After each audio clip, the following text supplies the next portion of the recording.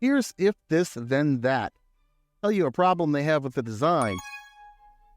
For reasons you may or may not relate to, I need to sometimes log into if this, then that on a desktop browser, on the app on my phone, or on the mobile browser for different reasons, okay? I have multiple accounts, do different things with them.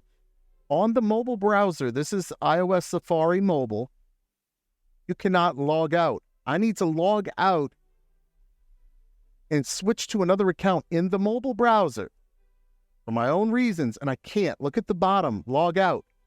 I can pull on it. Okay, do that a lot. I can pull on it, and it'll show, then it'll disappear. It'll snap back. It'll snap back down. The only way I'm going to be able to log out of this is to, I'm guessing I have to go in and clear the cookies, but I don't believe I can clear cookies for individual websites for Safari Mobile. So I'm going to have to get logged out of everything. This is a big problem. You have a solution for this? Is it only my phone? My phone in this video has been my daily driver for about 7 years, an iPhone 6S, which I love.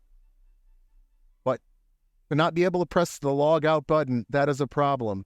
So I'll try to tag if this, then that.